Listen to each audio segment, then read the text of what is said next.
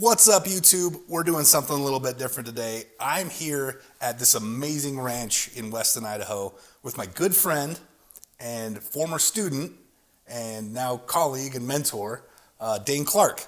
Now, Dane and I have an amazing story together. We kind of grew up in real estate together, and so we thought, what a better video to do than to just share our story and how we got from working at the Apple store together 10 years ago to now, successful real estate investors. So Dane, why don't you share what it is you do? So I remember one of the things that I had learned from you a long time ago was if you help enough other people get what you want, or if you help enough other people get what they want, then you'll get what you want. Yeah. And so to date, John Maxwell. Yeah. To date, I have helped 966 people get into and actually make money in a real estate deal. That's awesome. And we've done that I've got some people that come to me and say, Dane, I have all this money.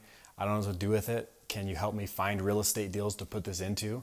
Because I have money to go shopping for real estate deals, but I don't know how to find real estate deals. So will you find them for me? And so I've done a whole bunch of stuff like that.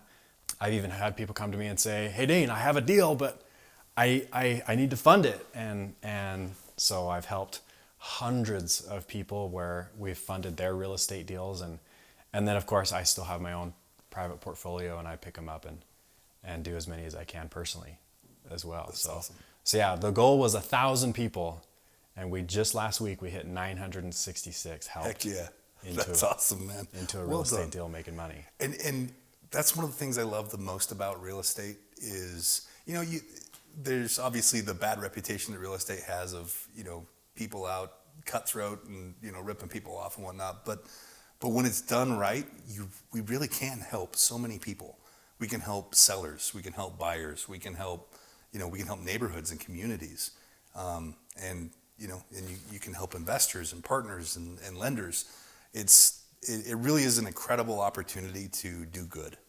And that's one of the things I absolutely love about it. But, watching the transformation that you've made from when we started at Apple, and it's easier for me to watch your transformation than it is, right, to look inward. But to see the transformation that you've made from when we worked together at Apple so many years ago, just trying to make ends meet, right, both of us, to where you are today is awesome. And so, I'm excited to tell your story and kind of tell our story together, but I guess it all starts back at the Apple store. So, what's interesting is your wife, Paige, and I got hired by Apple at the same time. We got hired the same day at Apple. So I actually knew Paige before I knew you. Yeah. But you came in like 6 weeks later, I think. And I remember a very different Dane. I remember a Dane that was quiet, that was shy, that didn't really want to talk to you. I didn't really get to know you all that well at first. And I think because of that, and correct me if my memory is wrong here, but I think because of that, they put you in the back counting inventory, right? I mean, I've always been in sales, and I talk probably too much. Yeah. But so they stuck me out front slinging iPhones. You were in the back counting the boxes. Because I think they didn't want you talking to anybody. Yeah. Obviously, that's been part of your transformation, but you and I think at first we didn't cross paths all that much, and then for whatever reason, we tended to have our breaks at the same time. So I got to know you in the break room, and I remember talking about investing. It was a pipe dream for both of us, I think, at the time. Yeah. But I remember talking about the different things we wanted to do and how we wanted to build wealth and the dreams that we had. We had no idea how we were going to get there, right? And it was magic to us still, right? But those are fond memories. Yeah. I remember almost being like really cautious to tell people that I worked for Apple because, I mean, if anybody that's ever been to an Apple store, they know the people that are like super happy, bubbly, able to talk to people, and growing up on a dairy farm, I didn't really get that. I mean, you just don't talk to people the same way that you talk to cows. And I was great at talking to cows, speaking their language, but the cow whisperer. Yeah, but I was almost embarrassed because, I mean, like you said, I worked in the back. I mean, I basically opened boxes.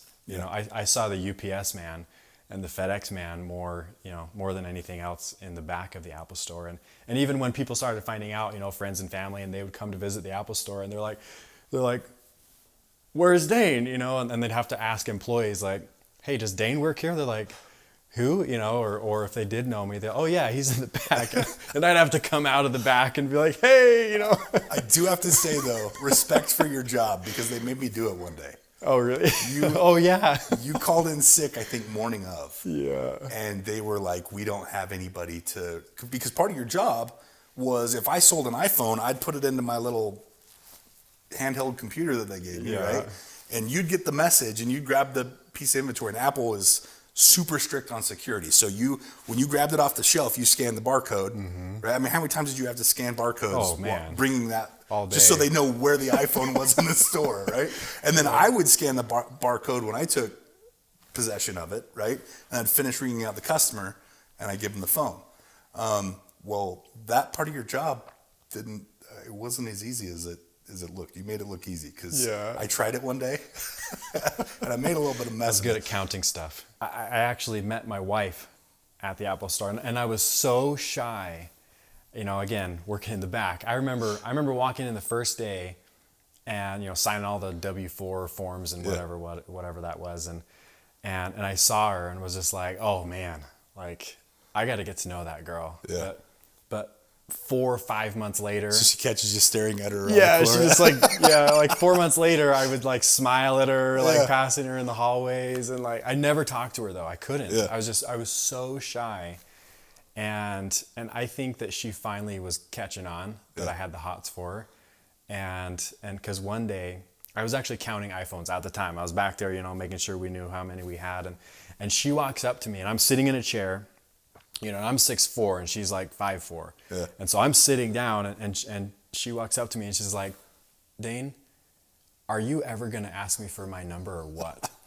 And I'm just sitting there like 8, 9, 10, like, what?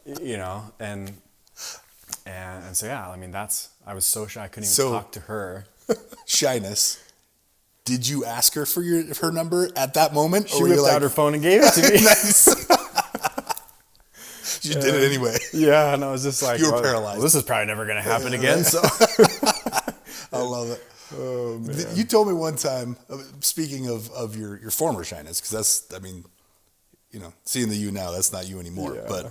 But didn't you? There was something your mom would always say. Yeah, I mean, growing up, all through high school, I had like one friend all through high school. I didn't, wasn't popular. I was so shy. Even my mom would call me painfully shy. Yeah, painfully shy. And that was, and so not only would my mom do that, but like everybody, growing up in church and friends and family, that everybody just knew me as Dane is painfully shy. And so that's, kind of how I labeled myself, like, no, I guess that's what I am. I guess I'm going to count iPhones the rest of my life in the back of the Apple Store. It's so interesting, and I may have a unique perspective, and maybe Paige shares this as well, but as far as I know, there probably aren't many other people in your life that saw that Dane and then also watched you present just a few years later, 3-4 years later, present on stage to hundreds of people and talk about real estate. I mean, that's an awesome transformation. That's a quick transformation. Yeah. In fact, I had somebody that I went to high school with just wound up in one of the rooms then when we were presenting on, in fact, I think it was you and I, team teaching at one time. Yeah. And somebody from high school, and it was funny because I was sitting there presenting and they were like right on the front row, and I'm just like, I know that person. And she walks up to me afterwards and she's like, Dane? No, that's not. Dane? You look the same. You have the same name. Are you this? No. She way. could not believe that I was the same kid that she went to high school with. That's awesome. And that's happened several times. How do you, like when that's talked about? Because I know I bring it up a lot, and I use it. I use your story often, to build my coaching business and bring on new students and whatnot. But how do you internalize that transformation? Is it something that you're like, are you embarrassed about how that used to be? Or is it more of a feeling of pride of the growth that you've gone through? I mean, how do you internalize that? It's kind of a humbling experience, I feel like, because my whole life I always thought that because I was like that, like I have an older brother that is complete opposite. It was always that Preston got the gift of gab and Dane was painfully shy. And so my, it's humbling to hear people say that like, oh man, you're not shy anymore. Like, Right. and just the fact that we've been able to help so many people in spite of Yeah. thinking that my whole life would just be like working behind a desk or working, behind a, in the inventory room of an Apple Or store under a cow. or underneath a cow. Yeah, exactly. It's humbling because I set my sights this high because that's how much that was the best thing that existed. Yeah. And to realize that anything you put your mind to, Yeah. you can have it. You can be it. That has, I think, for me, what you just said defines our relationship. And our friendship is a very unique one in my life because our friendship started, we met at the Apple store, but really our friendship started by the unique fact that we were the dreamers in the company, right? And you could probably lump Harris in there too, but we were the dreamers that were there. And we started our friendship over dreaming, right? Dreaming about what we could accomplish, dreaming about what we wanted to do and the money we wanted to make and the lives we wanted to change and the lifestyle we wanted to live. And we've in many large ways have done that. And that's cool to me. And that creates kind of a special bond in my heart for our friendship over a lot of my other friendships because we have grown that way together. You've grown in specific ways to you. I've grown in specific ways to me, but we've kind of grown up together in that way, and I love that. So there was something that you used to say, and when I would listen to your presentations, because I mean, let's face it, I've watched you present like thousands probably at this point, and you used to say that if you think you can't, you're right, but if you think you can, you're right, and I know that's probably one of the most cliche things to say, but after hearing that hundreds of times, it started sinking in where I was like, because I mean, we'll get to this soon, I'm sure, but I always wanted to do real estate, but it wasn't until that started sinking in, I started understanding like what that really means. Yeah. That it's like, okay. It really forms a mindset for you, doesn't it? Like teaching it, listening to it over and over again, you can't help but build that mindset, which is part of why I love coaching. Like they say, the best way to learn something is to teach it, right? And so, that's been a staple for me and part of what I contribute to the success that I've had. But so did you leave the Apple store first or did I? I can't remember. I think I did. You left first. So you came after me and Paige and then you ended up leaving first. You guys were dating while you were at the Apple store still, right? Yeah, we had gotten engaged. Okay. And I don't know why, again, this was like a 2-year period that we were hanging out. Back to these like paradigms of what we think. Like I actually, for some reason, I could not work with my spouse. I don't know why, but I was like, hey, if we get married, one of us can't work here anymore, right? Yeah. And so we got engaged, and I put in my 2 weeks. I don't blame you. I couldn't have worked with my spouse at the time. So. and so again, I mean, Paige and I do a lot of work together now, so I don't know where that paradigm had come from, but yeah, I believed that I couldn't work there anymore. Yeah. So I put in my 2 weeks, and she stayed. And so you and her worked together for a while, and That's right. I went and worked for that other company that I'm sure we're going to talk about. Well, why don't we talk about it? So where'd you go? Yeah. So, back to the dreaming thing. Yeah. This lady, her name was Nia. My brother came home from a 2-year mission, and he met this lady that was preaching like, oh, everybody needs to start a business, and you have to have family business, and you got to start this and write this off and taxes, and for some reason I got me excited. Where I was like, yeah, I need a business. I need to learn how to write taxes off and do all this creative stuff and build wealth. And so, I mean, she got me hook, line, and sinker. And so we started buying into this, to this company. And I could tell really quickly that they were a new company and they needed help because they were so disorganized. And I was like, well, Apple taught me a lot of good organization stuff. And so I was like, hey, you guys need help? And so I got a job working for that company and went full time right as I quit Apple, and then we got married. And Paige and I got married right around that same time. Yeah. And that just opened up a whole new can of worms. Yeah. Well, I guess we'll talk about the moral at the end of the story. Yeah. I did write about this story you're about to tell, though, in my book. Yeah. So, but I didn't ask your permission, so I changed your name. I think this is the first time I've actually said this publicly. But so, chapter 7 What's of my name Mindset again? to Millionaire. Your name's Kyle. That's right. And her name's Nancy. Okay. But so anyway, Kyle. Continue. Yeah, I mean, it was interesting. But the story's true. Just the names were changed to protect the innocent. Yeah. Yeah, but she was just like, yeah, you got to start, and she was talking about all this structure so that you can run business, and then you have a family LLC so you can write off things like, paying your children a salary so that they can buy their own groceries and toothpaste and diapers and whatever. And so I was just like, yeah, like I want to learn this. And in fact, this is a funny one. I still have this LLC today, but I bought into it so much so that I was like, oh yeah, I need to buy an LLC. I got to get me an LLC. And my new wife and I were like, all right, what are we going to name it? Like we got to name this LLC. And previously I always thought that you named the business based on what you're going to do, right? Like, I mean, some of the funniest names that we've run into. Remember that painter that painted Jordan Meadows, like Splatter Day Paint or something Splatter like that? Day Paints. Like you name your business based on what your business does. And we go down to write down the name of our company, and I'm like, well, what is our company going to do? So here my wife, or my bride and I are like figuring this out, and it was just like, well, my name's Dane, your name's Paige, and so how about we just do like DNP? All right, pretty original. And it's like, well, what's our business going to do? It's like, I don't know, let's just do like business in general. So we named our first LLC DNP General. I still have that company today, actually, and it's run multiple millions of dollars through it. Mine too. And people ask like, what is where'd you get that? And I have to tell them the story, like, It's like, I bought that same package. Yeah. And named my because it was the same. It was like, what am I gonna do? I don't know. But this lady's telling me I need a company. So Manhattan Intelligent. I still use it. It's my S corp now. Oh yeah. I mean, it's an LLC, but file as an S corp. My LLC files as an S corp too. So still use it.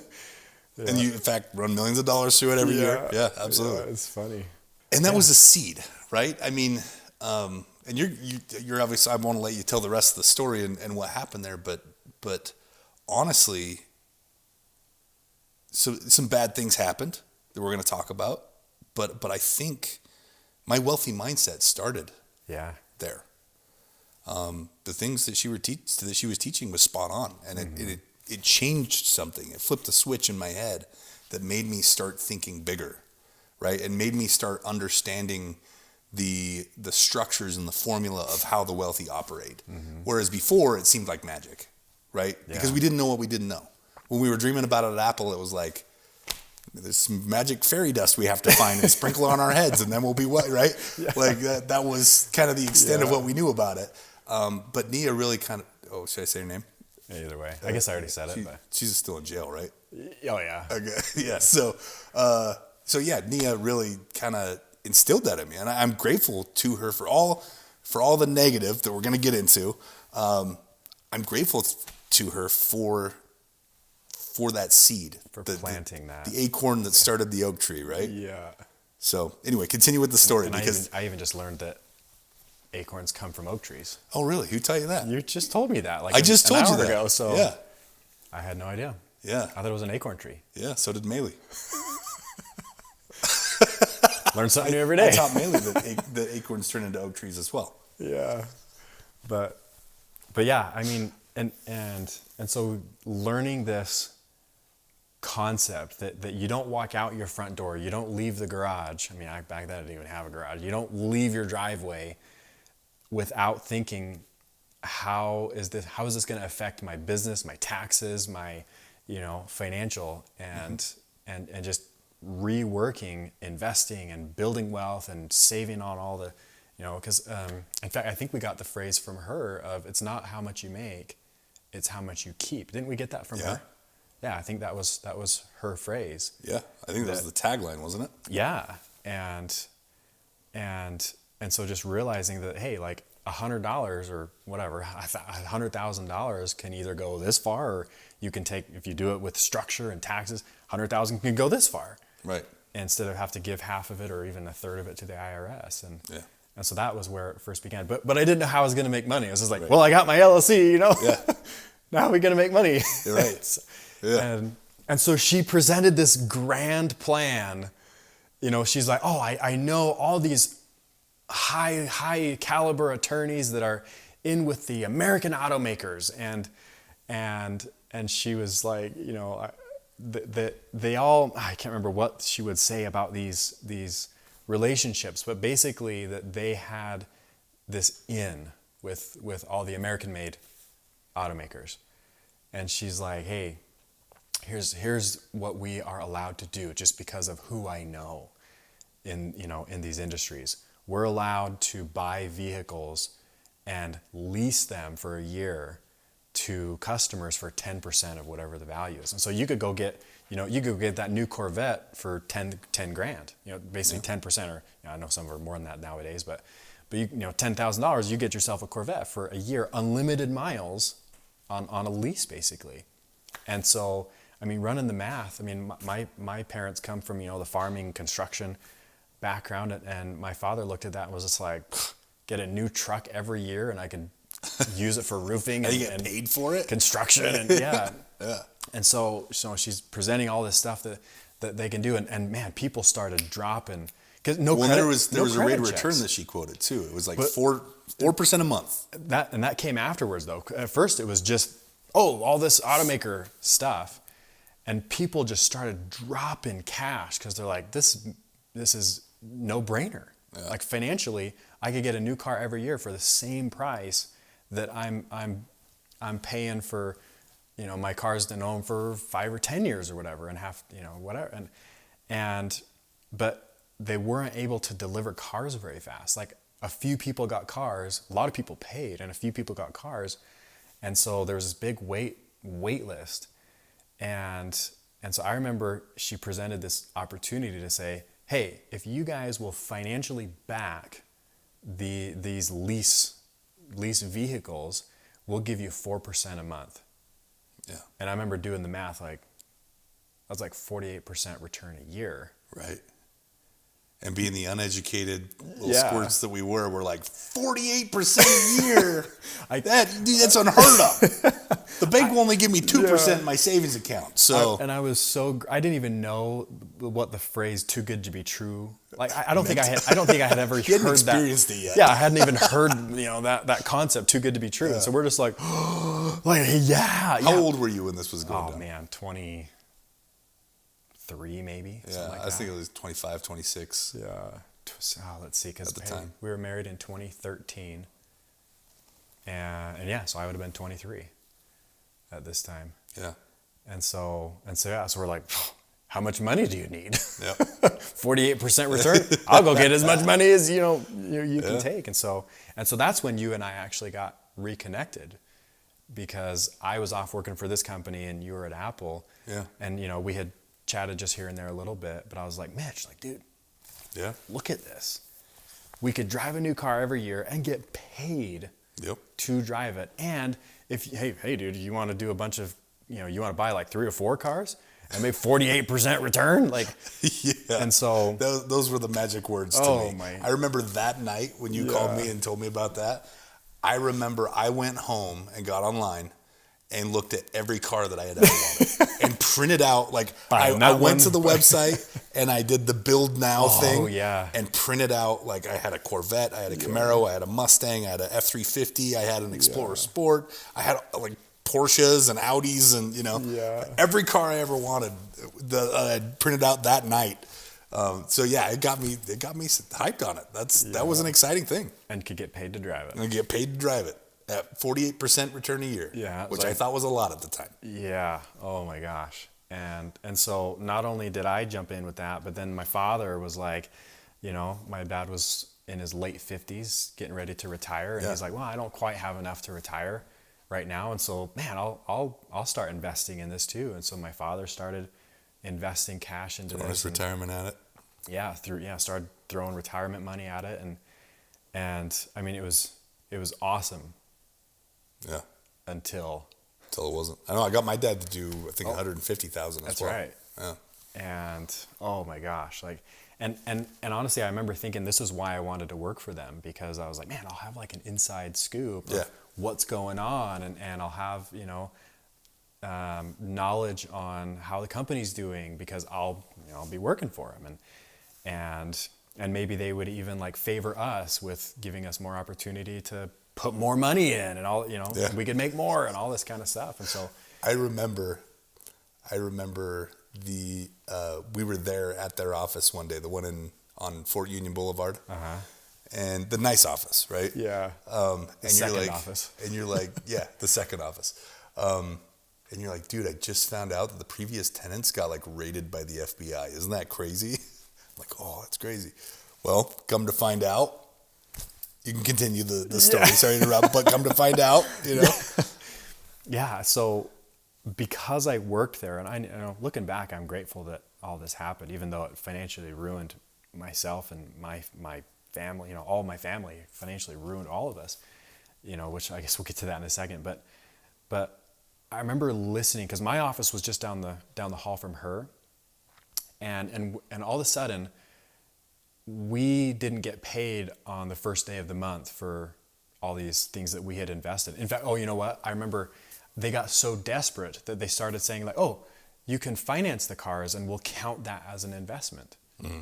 And so I was like, oh, well, I mean, I'm out of money to invest. And so what if I just start, I'll go get a car on my credit, or 2 cars on my credit, or 3 cars. And so I went and got like... We both know how easy it is to get car loans. Yeah, you go get car loans. And so I was like, so I got F-150, and we would even do this for other people. And so someone else was driving like this F-150 that I had financed on my credit, and he lived in, I don't know, some other state, and he's driving this car that's on my credit. But hey, who cares? Because they're paying me 48% a year, and I'm paying, I don't know, 6, 7, 8, 9, whatever it was. Right. I didn't care.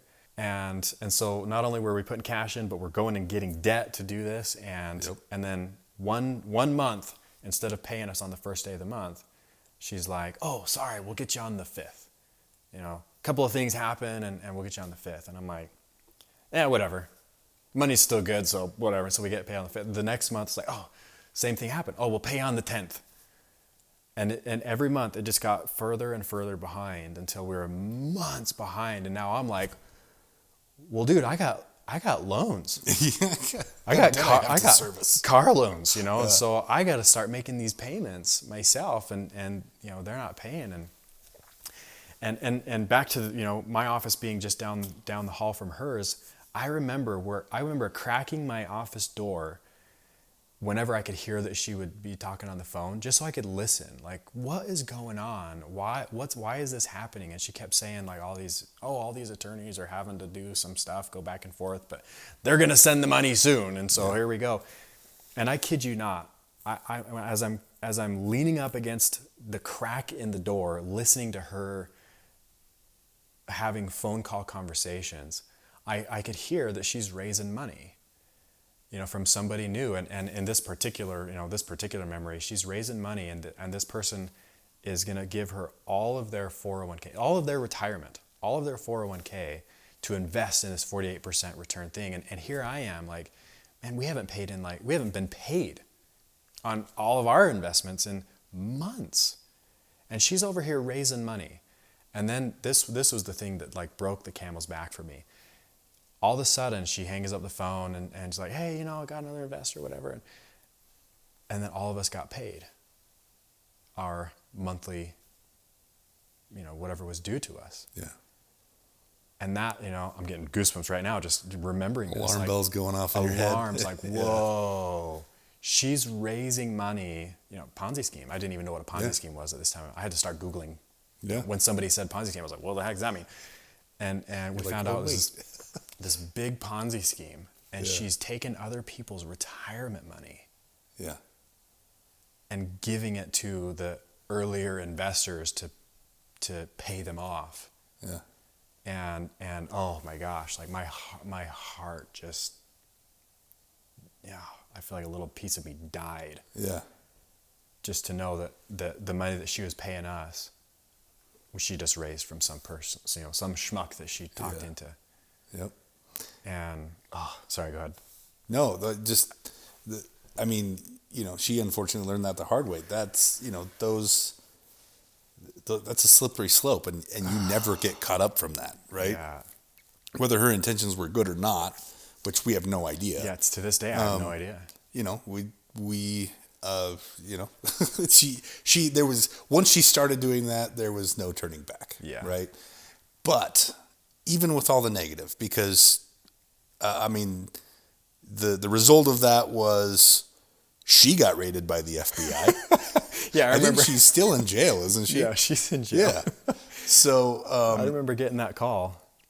And I wasn't at the office at that time, and somebody called me and said, "Hey, FBI came and got her." It's like, oh. Same office. Yeah. That's a cursed office now. Oh my gosh, yeah. Oh boy. Yeah. And yeah, they came, picked her up at the FBI, and I remember, growing up on the dairy farm, I never saw my father cry. Yeah.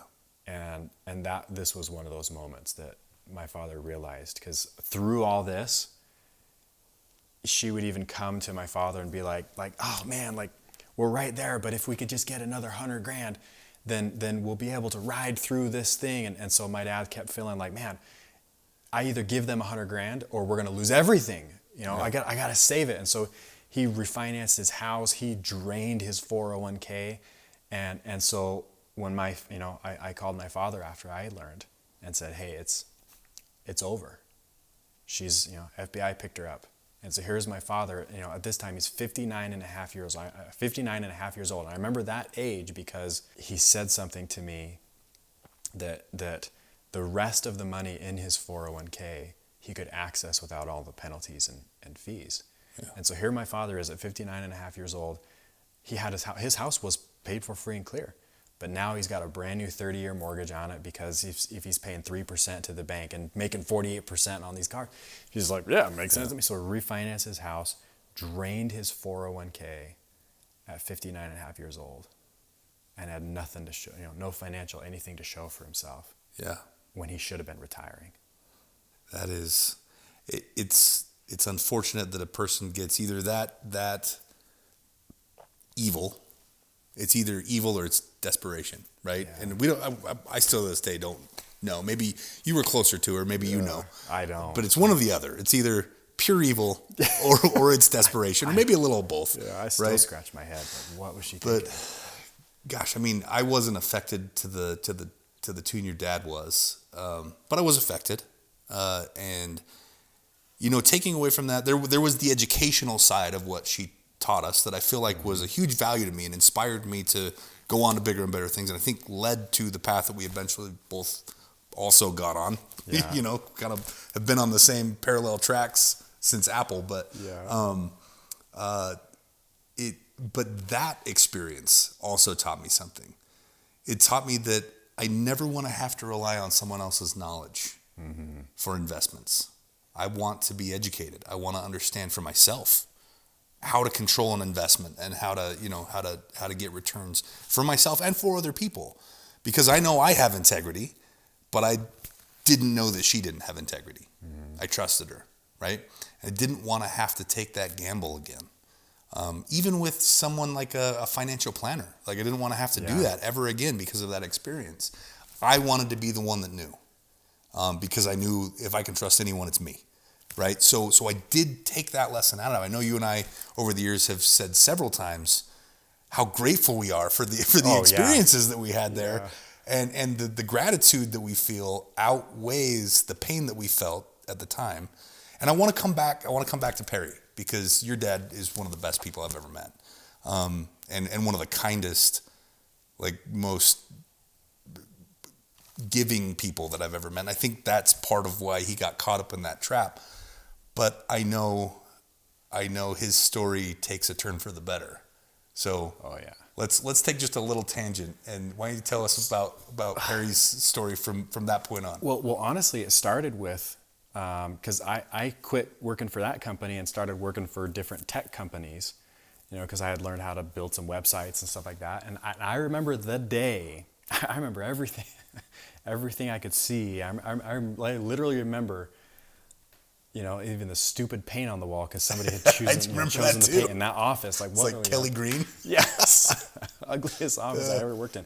But I remember you came to me, and here I am thinking that, oh yeah, like I've got my new stuff going. I'm building websites, whatever. And you're like, Dane, I'm getting into real estate. Yeah.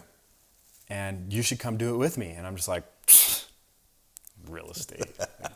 I've done this investing thing. Like, before. dude, I don't know a dang thing about real estate. Like, how would I even help? And so that was like right around the same time. So that must have been 2013. Yeah, that's right. Yep. And so you're like, yeah, I'm gonna get into real estate, and I'm just like, dude, good luck with that. Like, let me know how it goes. Yeah. Have fun, because I don't know anything. Like, sure. And but you know what? I never told you this. But when you told me that, or when you invited me, I actually wanted to. Huh. But I felt that my self-worth was so low that I would be accepting a handout from you, and I couldn't live with that. I couldn't live with myself. Again, back to the paradigm that we live our lives through as to why we make certain choices. But yeah, I never told you that I said no just because I felt worthless. Yeah. In being able to actually help you in that venture, because I didn't know what I didn't know. Yeah. And I knew that. And so yeah, there you go. Like that was why I told you no all those years ago. No idea the value you could bring. And now look at the value that you brought me, right? and yeah, so that was like the first time that real estate was ever on the radar, and I skiffed it away because I didn't feel worthy. Isn't it sad? And I think there's so many people out there that and it's part of human nature, the self-loathing. Mm-hmm. Right? Like, we all experience that to some extent, and I think at some parts of our lives more than others. And it doesn't matter how successful you are, or how how responsible you are for the thing that causes it, right? Because you weren't responsible for that. I mean, I know you, Dane. You don't have a bad bone in your body, right? Or a dishonest bone in your body. And so you would have never got your dad involved. You would never have reached out to your friends or anything like that, nor would have I. And so, but you internalized that. You took that as you. And how many times has that happened to people? I mean, we see this now with real estate and what we do between bringing knowledge to people about real estate investing, and also helping people through real estate investing. People that limit themselves. I think that's just the crap that we put in our head, where we take responsibility for things that we probably shouldn't. We take responsibility. We tend to put the bad stuff on ourselves, and then use it as an excuse to limit ourselves. Yeah. Thank goodness we both got through that in those separate parts of our lives. But yeah. So you had said, "Let's do this," and I'm just like, no, go do your thing, and and again. One of the, I followed you on Facebook, and that company I was working for actually went belly up, and so I went and got a job for another company, and so then I was working for another company. What were you doing at that time? I was, same thing, just doing tech. Okay. And that company went belly up. In fact, I remember I was on vacation with my wife. We had no kids at this time, and my boss calls me, and he says, "Dane, I'm really sorry. I know you're on vacation, and it's the weekend or whatever, and I know you're coming home, but when you get home, I don't have a job for you to come back to, because we gone belly up. Like, I don't have any money. In fact, I'm really sorry, but your last paycheck for the last 2 weeks, I don't even have enough money to give you your last paycheck. I'm out. Oh man, sorry." And I remember sitting in the hotel, with my spouse, my wife, and I actually decided not to tell her that. Don't ruin the vacation. Yeah, I was like, nah, let's just finish this vacation. But it was just like, oh, instead of going to get steaks, let's get McDonald's. Yeah, we're each getting a small fry from McDonald's. Yeah, like, oh, are you sure you want that big drink? How about we get this kids meal, you know. You get a free water. Yeah, get a free water. and then I told her when we got home, hey, by the way, I lost my job. And I have nothing to go to on Monday. And so, like, you know, it felt like 3 in a row. 3 in a row. I didn't know that at the time. I mean, I think the last time, there was like a period of almost 2 years that we lost touch. Yeah, because you started. Because after that meeting that I came to your office, the green office, that's and right. said You I'd talk about picked real up- estate, that was the last time I saw you for like 2 years. Yeah, I think you had picked up, I mean, on Facebook, I saw you were picking up real estate deals. And yeah, so after losing that, you know, 3rd job in a row, basically, I was like, well, I just started to believe that maybe I'm just destined to work with my hands the rest of my life. Yeah. You know, I worked on a dairy farm, and as a kid, there's no dairy farms in Salt Lake, and that's where I was at the time. So I just got a job roofing, and I was good at it. And you know, sure, it was probably better money than average, but I was so depressed that I would literally make enough money working super part-time roofing, so that's all I had to work was part-time. Yeah. And I would sit on the freaking couch and watch Netflix. And Paige is still working at Apple at this time, actually. And obviously you had already quit, but Paige is still at Apple at this time. And I remember one day I was sitting on the couch, and we were living in an attic at this time because it was cheaper, right? Living in this attic above this guy's HVAC business. And it was built in like 1901. And so literally, like, the vaulted ceilings started like right here, and all the doors were about this high. Oh man. But it was cheaper. You're a tall guy. And we were living, on a budget, and I hit my head all the time. And so I remember living in that place and roofing part-time just because I didn't want to do anything else. And she left, or she was getting ready for work. And she's pregnant at this time. She's 6 months pregnant with kid number 1. And we had never been parents, and anybody here that's a parent knows what that first one's like. It's like, what is this going to be like? This better work. And so she leaves me at the house because I didn't have work that day. I'm sitting on the couch watching Netflix, and she goes and works at Apple, 6 months pregnant, on her feet, selling iPhones.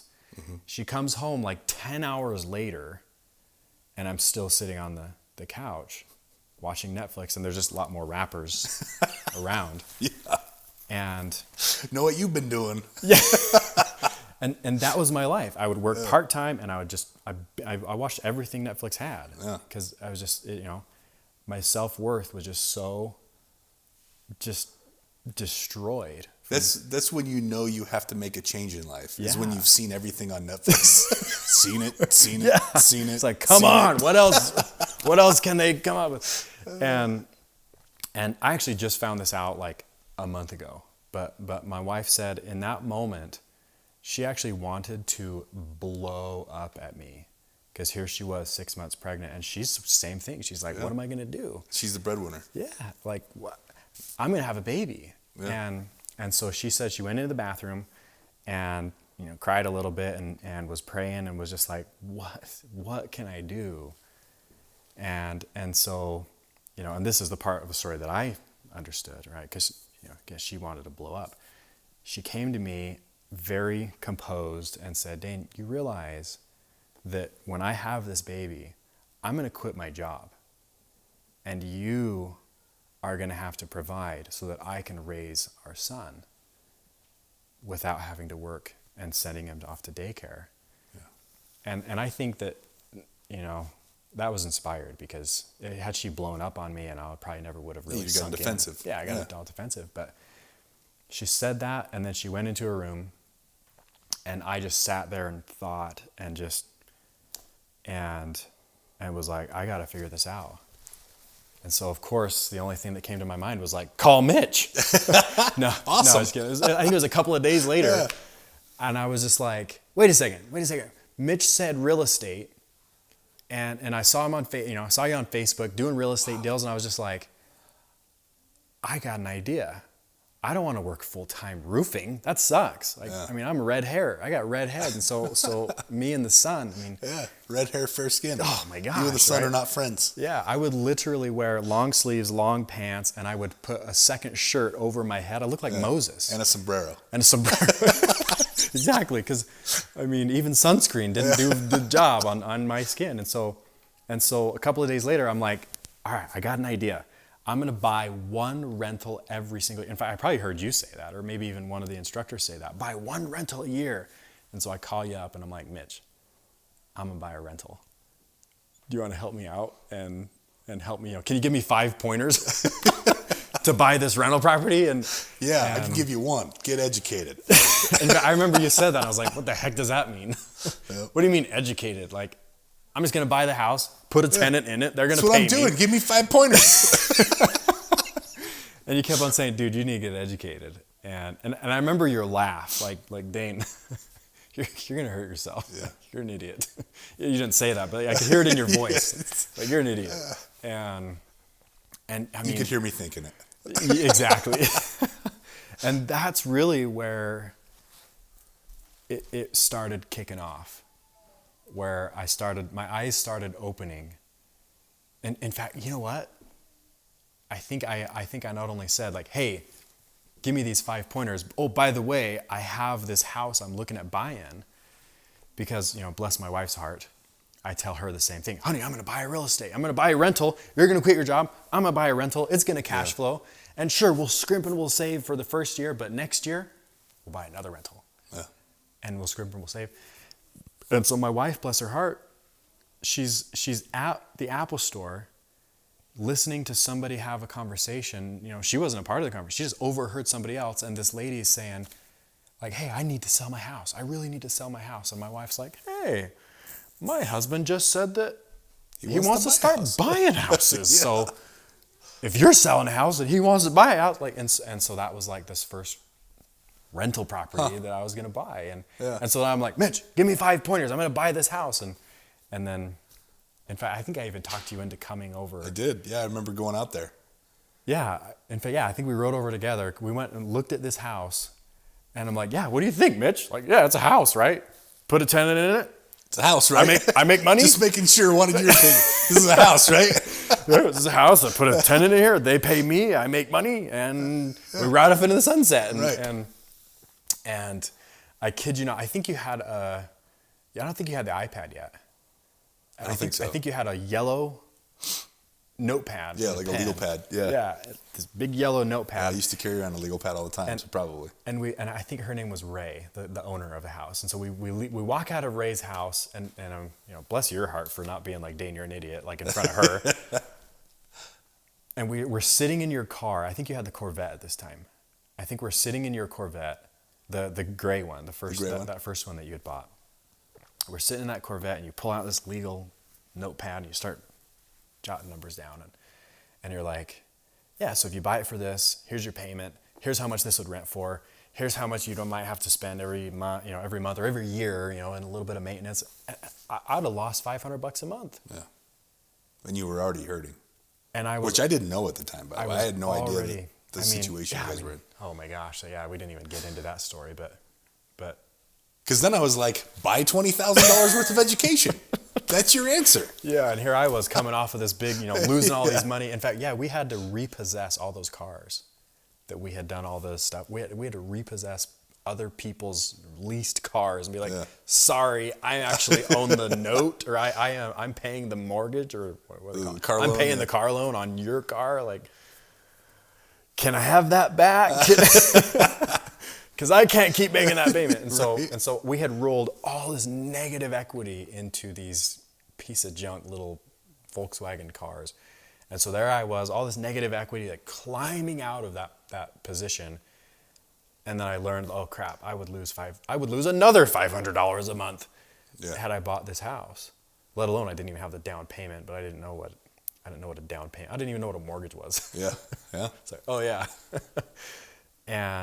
And that's when things really, again, my eyes started opening wider and wider and wider. And I remember you saying, you know what, Dane?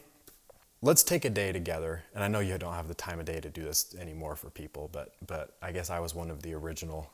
You were the OG. But you're just like, hey, Dane, let's take a day together and let's drive around to a bunch of my properties. And I remember that day, we're driving around and we went from property to property. You know, look at all these fix and flips that you had going. All these guys are working on. I'm just like, holy crap! Like, how long has it been since we talked, Mitch? Like, it's only been 2 years, and I think we went to 3 or 4 fix and flip properties that you were doing at the time. And it started sinking in. Like, oh, I see what you mean, educated. Yeah. There's something to know about this. Yeah. That I don't know. It's not magic fairy dust like we thought it was at Apple in the break room. It's not just houses and tenants. Yep. Making money. And then you said, oh, it's 20 grand. And I was like, I hate you. Well, then I talked you into spending it. And then you hated me even more for a while. Yeah. In fact, I think a year before that, I was like, oh, well, I need to start building my credit back. And so I had gotten 1 credit card. And you're like, oh, go get 5 more credit cards on the same day at the same time. Yeah, just apply for credit cards. I'm like, dude, you're crazy. Don't tell anyone. Yeah. I didn't tell you to do that. Yeah. And in fact, no, you sent me to that, what's that company's name? Get Funded Online. Yeah. And they did it for me. Yeah. And so, yeah, I didn't apply. You told me to go hire that company to apply for credit cards for me. And they got me 25 grand in 0% credit cards. And I'm not sure if I ever told you this, but I told them, like, oh, I'm going to spend 20,000. Yeah, get like 25. Because you kept telling me, Dane, just tell them get as much as you can get. Because then they'll just give you as much as they'll give you. Yeah, then it won't hurt your credit as much. And I'm just like, no, I'm not doing that. Like, I don't want $50,000, $60,000, $70,000 of lines of credit. I didn't know what I didn't know at the time.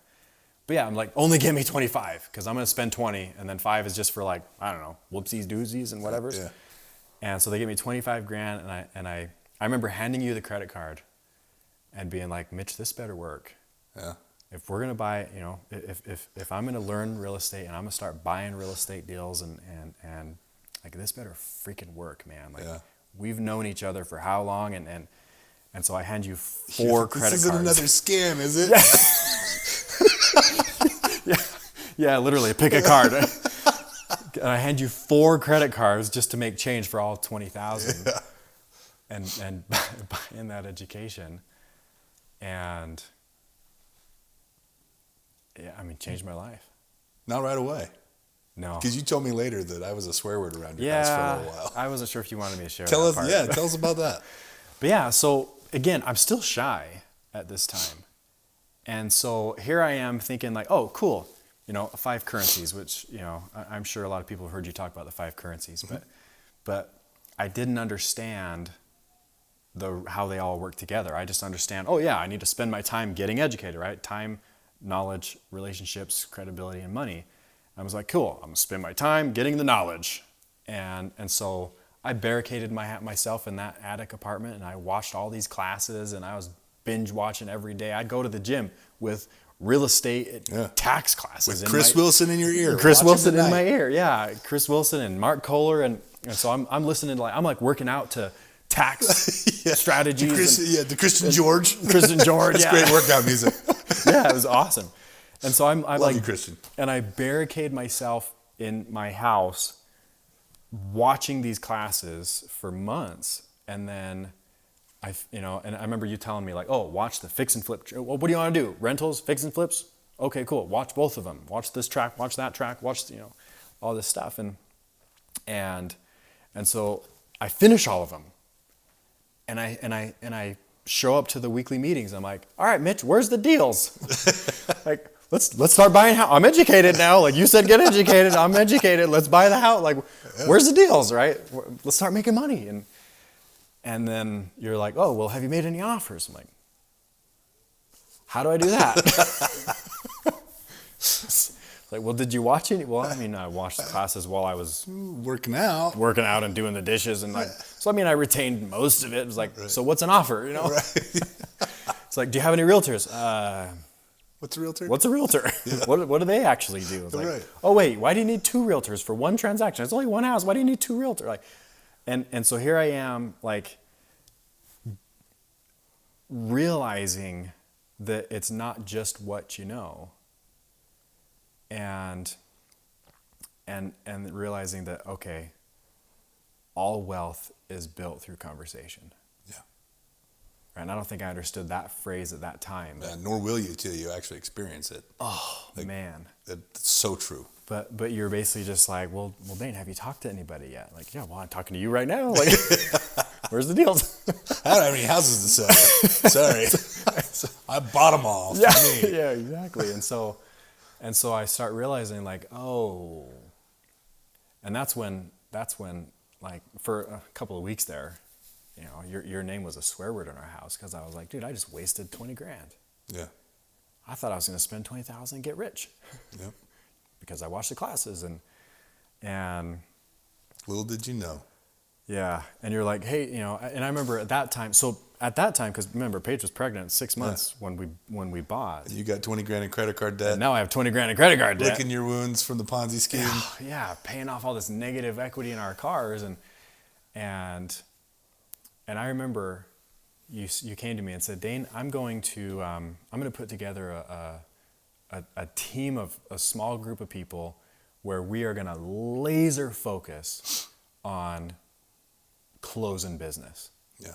And we're going to be closers. And if you're not making at least $10,000 a month, or, you know, whatever, averaging out over the year, then we don't want you. Like, you'll be kicked off the team. Yeah, we want that mindset. And so here I am. Peak producers. Yeah, that's right. Peak producers. Yeah. And I remember Paige is going to pop any minute. You know, this is February of 2016. And she's going to pop any minute.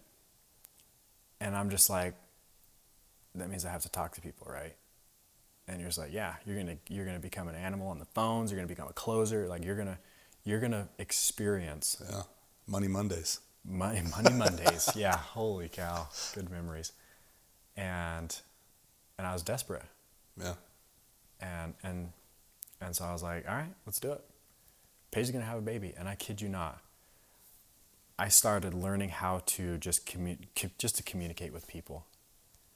And I remember you telling me, like, oh, you gotta, like, you know, you gotta do all kinds of fun stuff. And I remember going out in the middle of the night.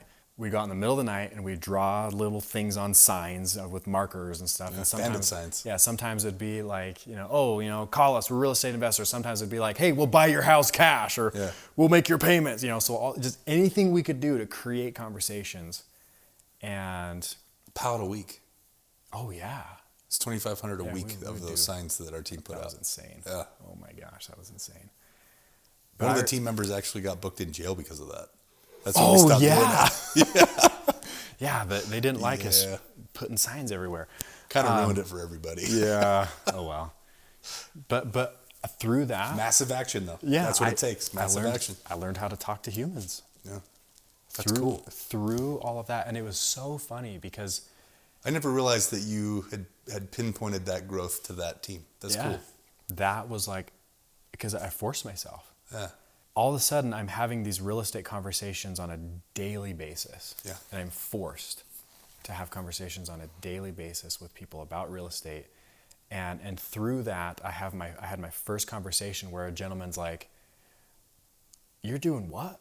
Like, you're looking for real estate deals? Man, I've owned a business for all these years and I have no time. I have all this money though." He's like, "If you find one of those real estate deals that you're talking about, call me. I got money." And I'm just like, yeah, Mitch didn't say that was going to happen. I'm just looking to buy houses, right? We're trying to find it. But here I am. I having this conversation with the guy that he doesn't have any deals. And so I'm like, well, let's talk about other real estate. Yeah. And he's like, yeah, I'll give you money. And all of a sudden, like, having multiple conversations a day.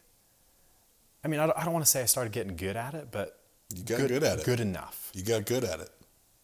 And we bought our first house within a week of Paige having the baby. That's awesome. On Jordan Meadows. Remember that? Jordan Meadows.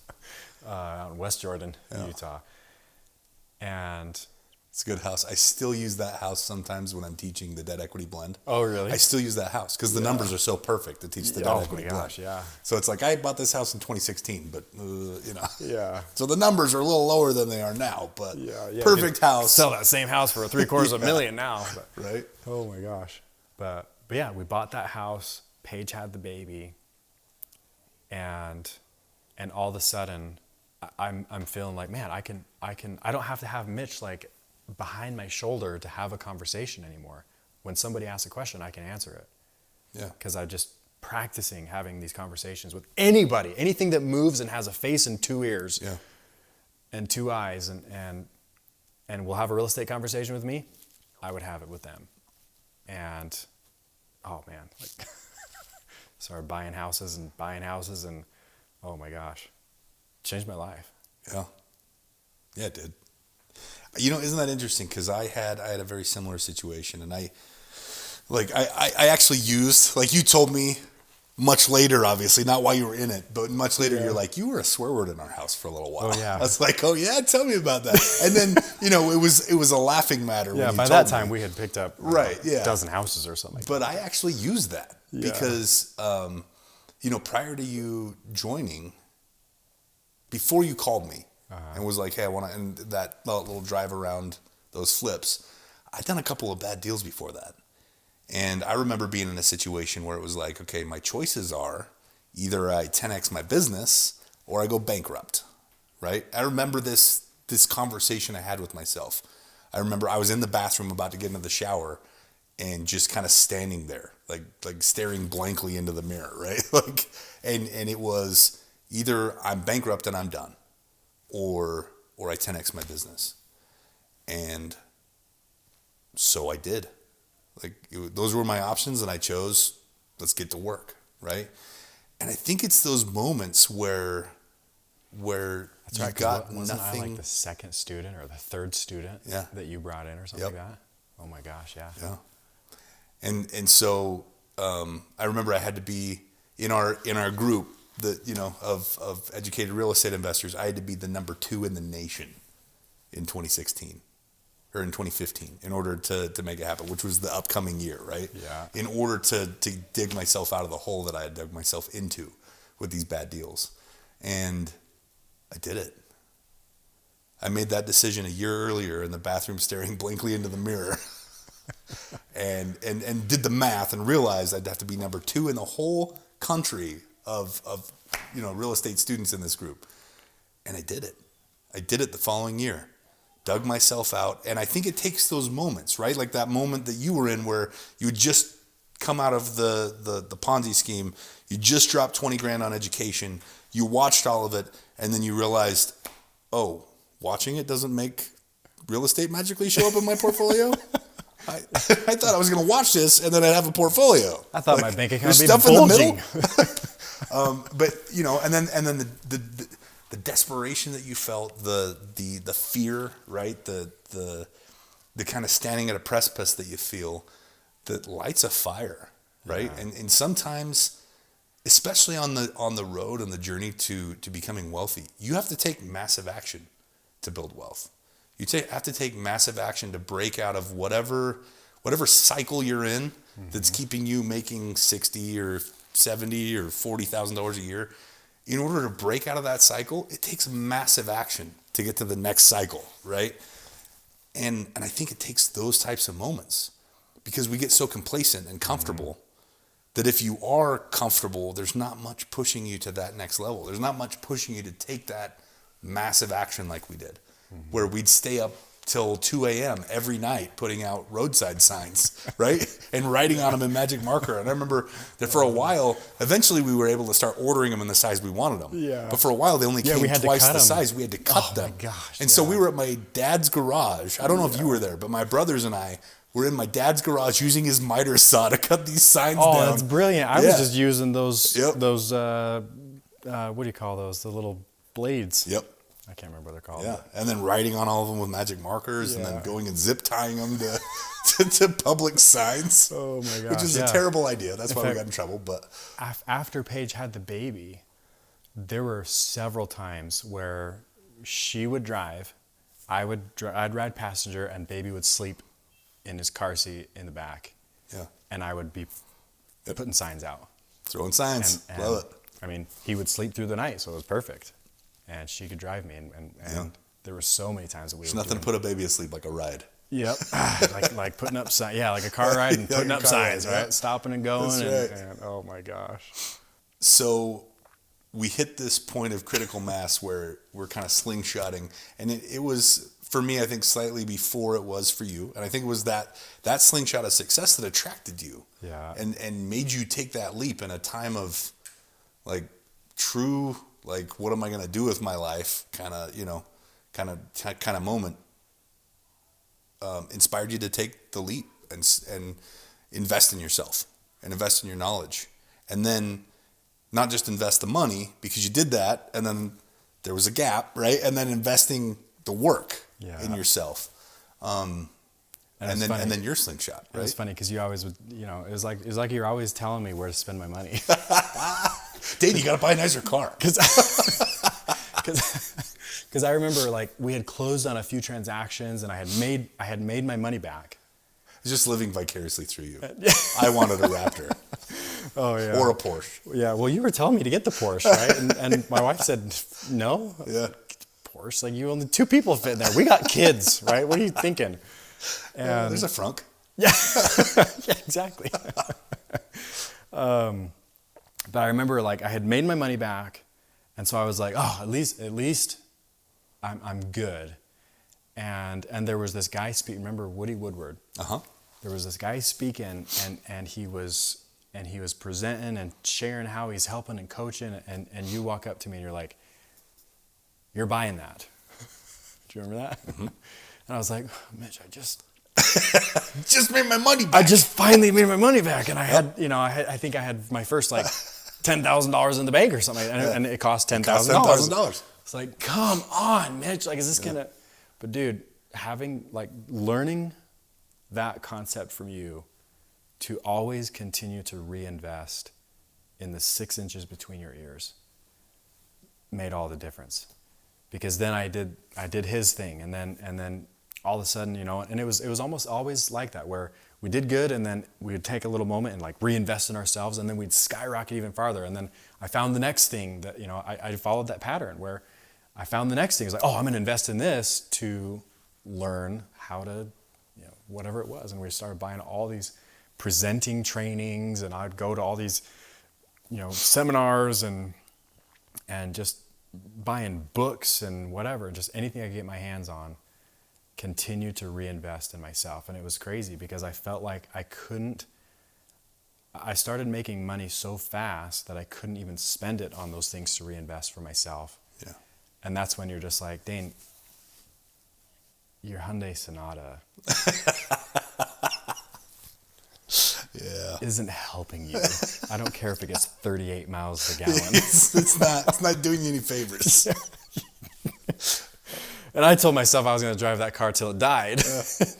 I think that's what inspired me to tell you. Yeah. You made a comment like that, and I'm like, well, actually, no, you're not.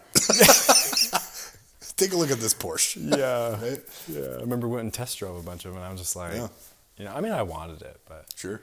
My wife's like, no.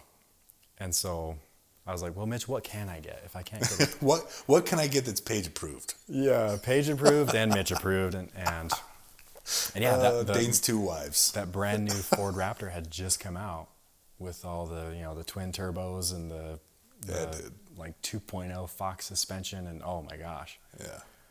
And we liked off-roading, so it was like, I would take that Sonata.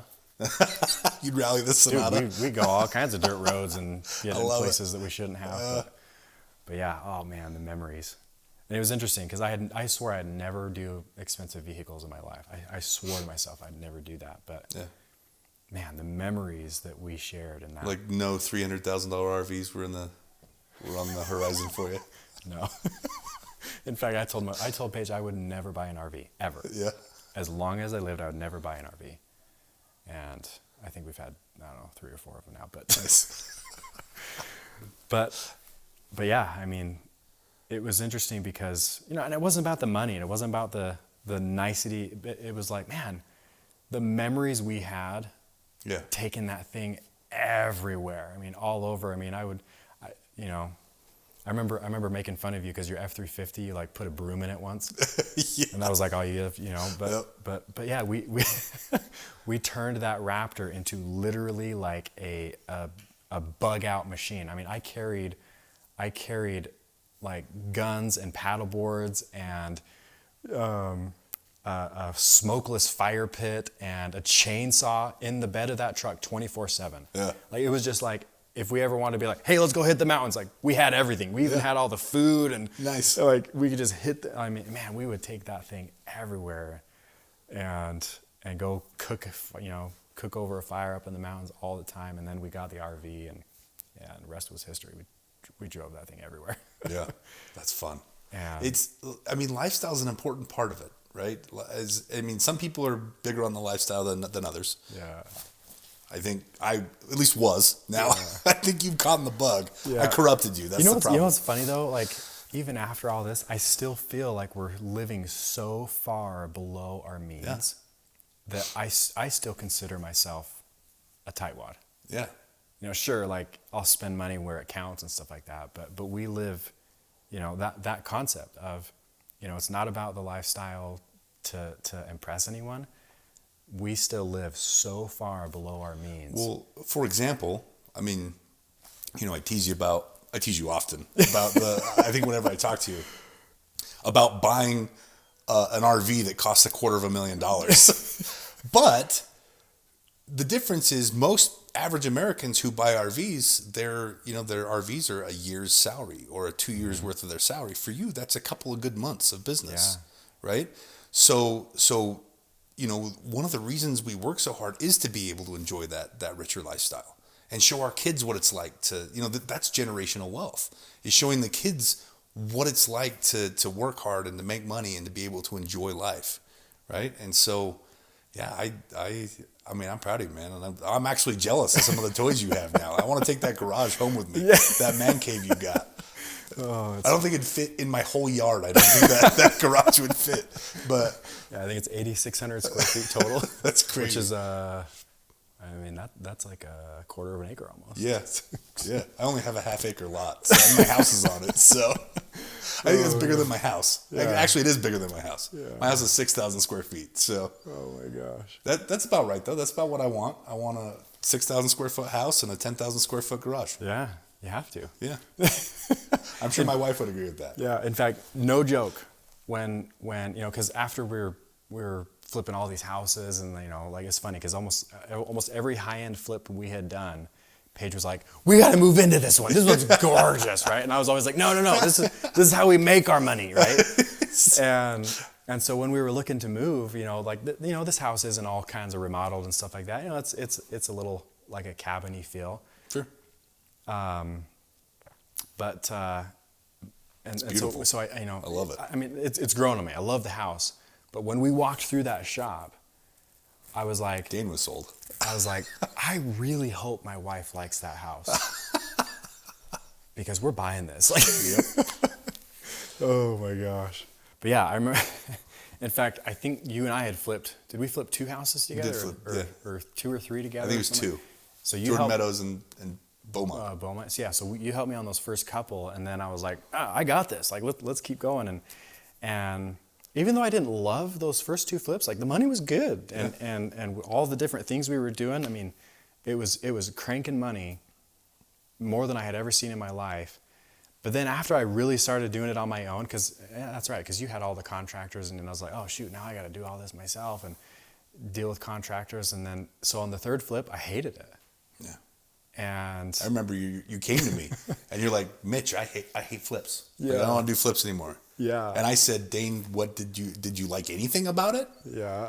And I remember the one thing you said, there's one thing I enjoyed, and that was raising the money. Yeah. I was like, yeah, I loved like the structure of the deal. As soon as we bought it though, I was like, oh man, I gotta call a contractor. And anyway, and so I was like, long story short, a bunch of things happened, but I was like, man, I'm gonna start my own bank. Not like a brick and mortar, Chase Bank type of thing, but I'm gonna start my own little private funding operation so that not only can I, I still wanted to buy properties and build my portfolio, but then I could help other people. Yeah. And so, in fact, I remember the first one that we did was a house that you were about to flip, and you're like, "Hey, Dave, do you want to flip this house?" And I was like, "No, I don't." But you're like, "Oh, it's a really good one." I was like, "Yeah, that is a good one." But I don't want to do it. I don't want to do it. And even, I even kind of started working towards actually flipping that house, and then I was just like, I got an idea. Let's wholesale, or you wholesale the house to someone. I'll be that person's bank, and that's how I'll get involved. And so I remember because I sold that one with financing intact. Right? Yeah, It comes with financing. Yeah, we started. It was like selling it with seller financing, Right. And so yeah, you wholesaled to the guy. I ended up being his bank, and made really good money on that house. And then it was like, okay, I'm gonna do this big. And so it was interesting because I went years still trying to still feeling like I was trying to figure it out. We made money though. Like we flipped houses. I had a rental or 2 or 3 at that time, if I forget how many, but we had done stuff, but I still felt like I was trying to figure out what I wanted. And as soon as that one deal, it was like, you know it when you see it, I guess. Mm-hmm. I knew exactly what I was gonna do with my next months, years, maybe even my life. We'll see. But I just started raising money like no tomorrow, and just amassed all these people that were like, yeah, I wish I could put money into real estate. I wish real estate deals would get presented to me all the time. It's like, I'll present real estate deals to you, and we'll fund them. And so I think it took me like a year to raise my first $1 million, but then it only took me like a year and a half to raise the next 11 or so million. And so we've been running multiple million. I think to date we have put to work like $58 million in real estate. And that's between my portfolio, that's between funding other people's real estate deals. And like I had learned from you, it's all about how many people I can help. Mm-hmm. And so it became like, okay, how can I, that was that goal of I want to help 1,000 people get into and make money in a real estate deal. And so it became like, okay, how can I help people? Well, I can help people that want to put their money to work. I can help people that want to borrow money for their real estate deals, for flipping houses or buying rentals. And of course, I want to keep on buying my own. And so I think to date, that 58 million, we've bought 245 homes. Single, most of them single family. And then we did. And you've been doing this how long? I bought in November of 2015. Okay. So it's been 8 years. So yeah. Less than 8 years. So almost November, 8 years. Yeah, November this year it'll be 8 years. And you've done $50 million in real estate. Over $50 million in real estate. 200 and some odd transactions. And it's crazy. And now we're retired. I think we're sitting on like 50 some odd doors. Generating so cool. Like 150, 160 grand a month. Yeah. How much money do you have deployed right now? Deployed? I don't know. Somewhere between probably 9, 10 million. No big deal. $9-10 million. I guess that's in hard money though, because if you count like the buy and holds, I'd probably add another 6 or 7 million, I'd guess. But yeah, it's just in 8 years changed my life. And now, like, I can't go longer than like 6 months without being like, I got to call Mitch and just tell him thanks. And you're so sweet to always do that, because it always makes my day. But I always tell you the same thing. Yeah. I can inspire you, but I can't motivate you. Yeah. You did the work. You did that work. And you earned all of this. And you took the risk on yourself. Yeah. Right? I didn't take that risk. I encouraged you to. I was like, hey, you're buying Woody. You could have not. Yeah. But you did. That's true. And then you put the work in after you learned, and look at the fruits of your labors, man. Yeah. I couldn't be more proud, and you've done some incredible things to the point where I look up to you now. Like that's an impressive thing for someone who inspired you to go down a path that I was already going down, to be able to say, I look up to you now, and what you've accomplished is absolutely incredible. And I hope every person, we talk about helping people, I hope every person that I help down this path takes themselves as seriously and invests in themselves the way that you have. That's my goal for every one of them, is that they become like Dane. I'm probably blushing. You're always red. I'm always red. Yeah, good point. All started in that Kelly Green office. Oh my gosh, yeah. Well, Dane, thanks for taking the time to reminisce with me today. You know, as I was thinking about what would make a compelling video, you know, our stories have really been parallel to each other since before real estate was even on either of our radars, right? And so I can tell you, man, it has been a pleasure taking this journey alongside you and seeing you grow and growing myself because of your input and the different things, the different ways we've been able to help each other and support each other and teach each other. It's been absolutely incredible. So thank you so much. Absolutely, brother. Love you. Love you too. Guys, that's all we have for you in this episode. If you like this video, please support the channel by giving us a thumbs up. It helps more than you think. Also, smash that subscribe button. It also helps. Hit the notification button so you don't miss any future content that's coming out. We got some more amazing stuff coming your way very soon. And until next time, we'll see you on the flip side.